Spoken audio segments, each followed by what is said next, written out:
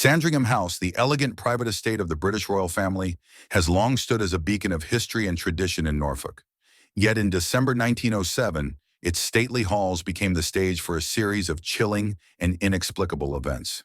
Known today as the Christmas haunting of Sandringham, the story has become a chilling reminder that even the most royal of homes may harbor ghostly secrets. In December 1907, King Edward VII and Queen Alexandra were hosting their annual Christmas celebration at Sandringham. The house, as always, was alive with festivity. Crackling fires, carols ringing out from the drawing room, and tables heaped with fine food.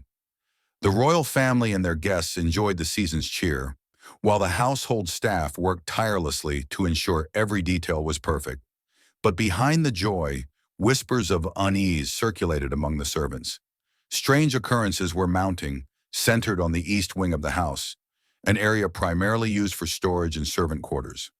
At first it was little things, doors creaking open when no one was near, faint footsteps echoing through empty corridors. These oddities were dismissed as drafts in the settling of an old house.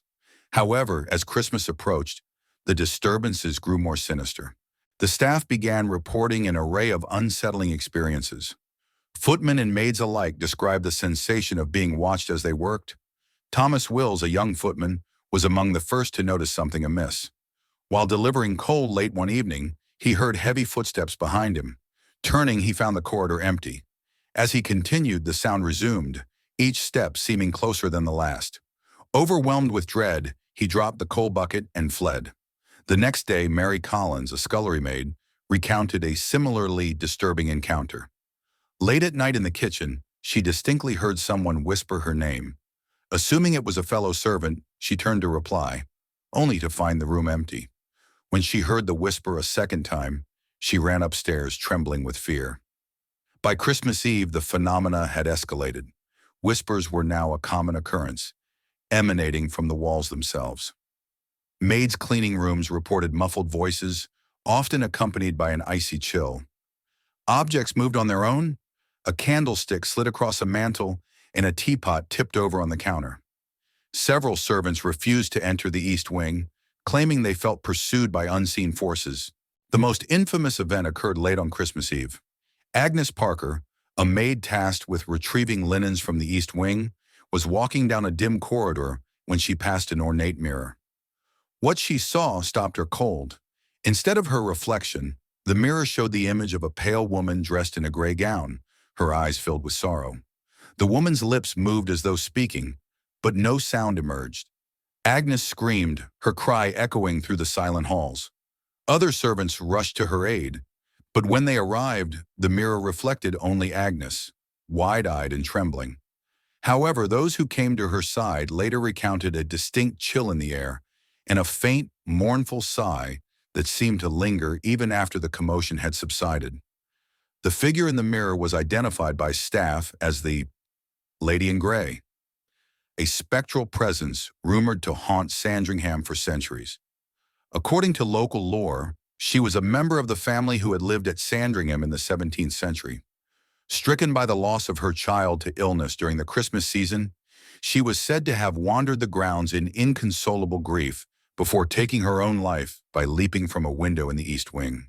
For generations, sightings of the Lady in Grey had been rare but persistent.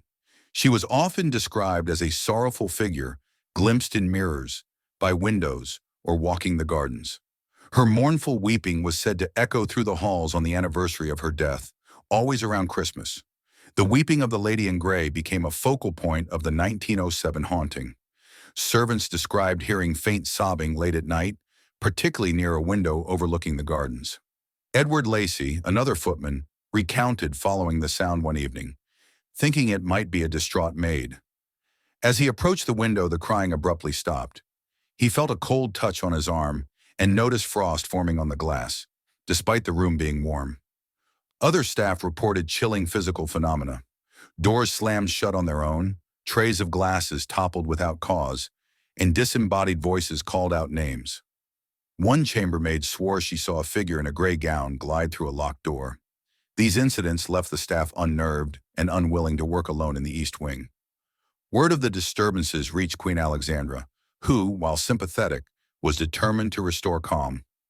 Although King Edward VII dismissed the tales as superstitious nonsense, the Queen instructed the royal chaplain to bless the East Wing on Christmas morning. The chaplain performed a solemn ritual, sprinkling holy water in each room and reciting prayers to banish any lingering spirits. The blessing seemed to have an effect.